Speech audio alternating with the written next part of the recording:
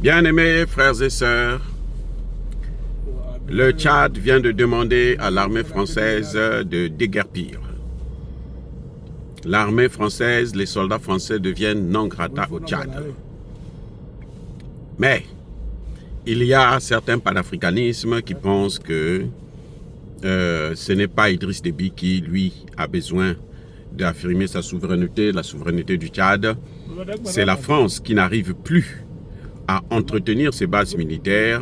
C'est pour ça qu'elle elle a demandé à Idriss Déby de faire cette mascarade, de jouer le jeu, de faire comme si c'était le Tchad qui expulsait ses soldats. Mais en réalité, mes excuses, moi je ne crois pas à cette thèse, parce que je ne suis pas sûr que le Mali, le Burkina et le Niger ont le monopole de la souveraineté des États. C'est-à-dire que je ne suis pas sûr que c'est seulement ces pays-là en Afrique qui veulent la souveraineté.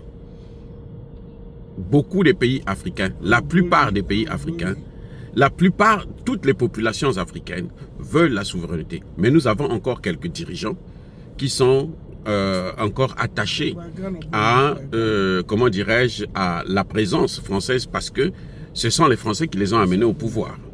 C'est le cas de Alassane Ouattara, par exemple.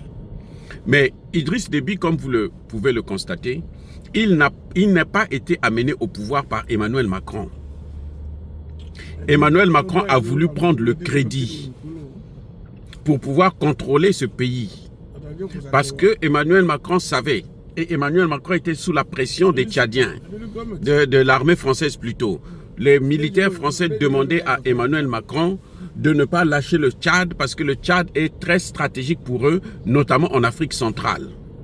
Vous savez que les soldats français qui ont quitté le Niger ne sont jamais venus en France, ils se sont retrouvés tous, on les a tous emmenés au Tchad. Donc, le Tchad est très stratégique pour les Français. Emmanuel Macron ne peut pas abandonner ses bases militaires, ne peut pas enlever ses bases militaires au Tchad sous prétexte qu'il n'a pas d'argent. Non, ce n'est pas possible. Sinon, son plan de réduction n'allait pas marcher. Il a envoyé Jean-Marie Bockel pour ça, pour aller vous négocier afin qu'il puisse changer à peine, réduire les effectifs. Mais au Tchad, il y a un problème. C'est que les populations tchadiennes demandaient déjà le départ des troupes françaises. C'est Kaka Déby qui hésitait. Les populations tchadiennes voulaient le départ. En Afrique, il n'y a plus un seul pays qui a besoin. Même au Gabon, les populations veulent le départ des troupes françaises. Mais c'est le président qui ne veut pas, qui est en train d'hésiter, qui a peur de prendre la décision. Vous voyez? Donc, au Tchad, le problème, c'est que Kaka Déby est sous pression de sa population. Et Kaka Déby est en train d'organiser des élections législatives. Il a besoin d'avoir la majorité présidentielle. Il a besoin d'avoir le maximum de députés afin de mieux gouverner. Et pour ça, vous savez, la recette qui marche, c'est le panafricanisme. Le panafricanisme marche tellement bien que pratiquement tous les chefs d'État africains se passent pour des panafricanistes maintenant, même s'ils ne le sont pas tous. Donc Kaka Déby a ce défi-là à relever. C'est qu'il a besoin de ce peuple, que ce peuple puisse lui faire confiance. Mais ce peuple lui demande, non, pour te faire confiance, il a besoin que tu fasses partir ses bases militaires. Et pire, regardez l'autre grand problème, c'est que le Niger a donné l'information à Kaka Déby. Vous savez que quand on a tué les derniers soldats tchadiens dernièrement, le Tchad a menacé de quitter la force multinationale. À l'époque, j'avais fait une vidéo où je disais, mais toi tu vas chercher les coupables, les fautifs parmi tes propres frères, alors que tes propres frères, ils ont le même problème que toi. Le Cameroun a les mêmes problèmes, le Nigeria a les mêmes problèmes, le Niger a les mêmes problèmes, le Bénin s'en sort un peu mieux. Donc comment veux-tu que eux, ils puissent te venir en aide alors qu'eux-mêmes, ils sont dans le même problème. Regarde d'abord ceux qui sont là. Qu'est-ce qu'ils ont fait pour empêcher ça? Et quand Kaka Déby a lancé la riposte, j'ai oublié le nom de cette opération, où il était lui-même sur le terrain, on n'a pas vu un seul soldat français. On ne les a pas vus. Alors, à quoi ils servent? Donc tout ça, ça a été le détonateur de cette situation. C'est peut-être bien pour l'armée, pour les Français, parce que bon, ils se débarrassent d'un fardeau qu'ils n'arrivaient plus à payer, parce qu'ils payent avec l'argent des Africains. Ah oui, c'est pas la France qui paye, hein. Ce sont les Africains qui payent. Même quand ils étaient au Mali, là, c'est le Mali qui payait leur présence. Ah oui, tous les soldats qui tombaient là, la charge revenait au Mali. Même s'ils ne vous disent pas que c'est vous qui prenez la charge, ils prennent ça dans votre compte d'opération. Nous avons des comptes d'opération, c'est pourquoi. Mais c'est pour ces opérations-là, c'est pour de telles situations. Oui, donc, je crois que c'est une situation, moi je crois que Kaka Déby n'est pas en train de jouer. Kaka Déby est contraint. Il a été contraint, d'abord par sa population, mais aussi par le fait que le dernier carnage des militaires tchadiens, c'est l'œuvre des Français. Et les Tchadiens le savent. C'est d'ailleurs pour ça que quand il a annoncé ça, tous les Tchadiens étaient contents. Les Tchadiens ont loué, ont salué, parce que tous ces peuples-là veulent maintenant leur souveraineté. Nos populations veulent leur souveraineté. Écoutez-moi bien. Voilà. La France ne peut pas s'engager comme ça. Pourquoi? Parce que la France a besoin de l'Afrique. Et ce qui permet à la France de rester en Afrique, ce sont ces bases militaires-là. Vous savez que pour déstabiliser le Tchad, le Centrafrique, c'est les bases militaires. Ce sont les militaires français qui faisaient le travail. Maintenant, si ces militaires ne sont plus, vous allez faire comment? Donc, la moindre des choses, c'est de tout faire pour garder ces bases militaires-là. Mais, malheureusement, ils sont dans la contrainte du temps, dans la contrainte de la situation actuelle, dans la contrainte de l'éveil des populations africaines, de la jeunesse africaine surtout, qui ne veut plus entendre parler de ces choses-là. Et là, personne ne peut dire que c'est une opération de propagande, de médiatisation. Non, non, non.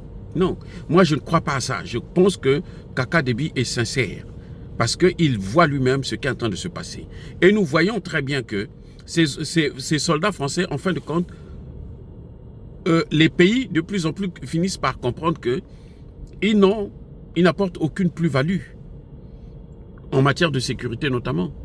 Alors que quand les Russes sont là, vous avez la sécurité, vous avez le renseignement, vous avez... Mais le Niger qui a donné l'information, c'est à cause de quoi? Parce qu'ils ont un service de renseignement formé par les Russes. Eh oui, c'est l'œuvre des Russes. Donc, la France existait, la France brillait, la France dominait avec ses bases militaires. Alors, elle ne peut pas. Elle doit faire tout pour supprimer tout ce qu'on veut, mais pas partir de l'Afrique. Si c'était cela, mais elle allait demander aussi aux soldats français de quitter la Côte d'Ivoire, de quitter le Sénégal immédiatement, de quitter Djibouti. Mais c'est pas ça le problème. Parce que justement, la solution pour la France, c'est la présence militaire. C'est comme les Américains qui protègent le dollar. Mais c'est l'armée américaine. C'est pour ça qu'ils veulent maintenant venir en Afrique. Ce n'est pas parce qu'ils aiment l'Afrique ou parce que je ne sais pas quoi, non. La France veut récupérer le Sahel. Mais comment peux-tu récupérer le Sahel si tu n'as pas de bases militaires autour du Sahel? Ou bien si tu laisses les Américains s'installer à ton détriment, avec les Russes s'installer. Tu ne fais absolument rien. Rien du tout. Voilà le problème et le grand problème que nous avons. Moi, je pense que Kaka Déby est sincère. C'est une décision qui a été prise. D'ailleurs, Kaka Déby, ce n'est pas Macron qui l'a mené au pouvoir. Ce sont les pays de l'Afrique centrale. C'est la France qui a assassiné son père. Kaka Déby le sait. Il a cette information. C'est un général quand même. Il a cette information, il le sait. Donc, ils ne peuvent pas l'aider. Ils ont fait avec Kaka Déby ce qu'ils ont fait avec Kabila.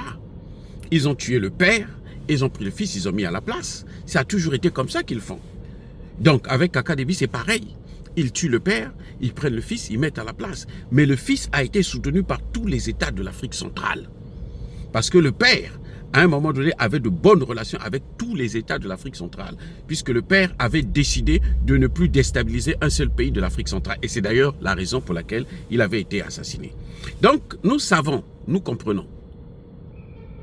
Il ne faut pas penser que parce que c'est le Tchad, donc tout ce qu'il fait, on va trouver des subterfuges. La France a des problèmes économiques, oui, c'est vrai, très graves même. La France est pire que la Grèce. Mais la France a l'obligation de maintenir les bases militaires en Afrique parce que ce sont ces bases militaires qui lui permettent d'exister encore un peu. Dès que ces bases militaires vont partir, elle sera comme la Grande-Bretagne. C'est-à-dire, elle n'existe plus. Et la Grande-Bretagne a tout cédé aux États-Unis. Voilà. Maintenant, on peut dire que les Russes ont travaillé, les Américains ont travaillé pour pousser la France dehors. Mais la France elle-même commet trop d'erreurs, trop de gaffes. Tous les soldats qui étaient au Niger se sont rendus au Tchad, mais ils n'ont pas vu venir le massacre des soldats tchadiens. Et on sait que chaque fois qu'il y a un problème, ce sont les Français qui sont... Eux, ils soutiennent le gouvernement, ils soutiennent les rebelles. Vous voyez comment ils font? Ils soutiennent les deux partis. Quand c'est le gouvernement qui ne veut pas, Sarkozy l'a fait pour récupérer, éviter que son fils ne puisse faire la prison. Qu'est-ce qu'il a fait le lendemain? Il a parlé avec Idriss Déby le père. Il l'a intimidé. Quand le gars n'a pas voulu céder, le lendemain, il a envoyé les rebelles armés pour venir autour de la présidence. Idriss Déby, le père, était obligé de céder. C'est la même chose qu'ils font. C'est la même chose qu'ils font au Mali. Si nous ne prenons pas nos responsabilités, eux, ils ne vont jamais nous lâcher. C'est à nous de prendre nos responsabilités. Dire cela, c'est inciter à la haine ou à la violence. Non. Yaba colère ve yamanem. Encore une fois de plus, bien aimés frères et sœurs, je persiste et je signe. Soyez bénis, abondamment bénis par le Dieu des Kémites et par nos ancêtres angélisés. Mais que tous ceux qui persécutent le continent africain, le pillent et le déstabilisent, qu'ils soient noirs, blancs, chinois, arabes, juifs, indiens ou qui qu'ils soient punis, maudits, foudroyés, neutralisés, écrasés, effacés par le Dieu des Kémites et par nos ancêtres angélisés. Vive l'Afrique éternelle, j'ai dit et j'assure.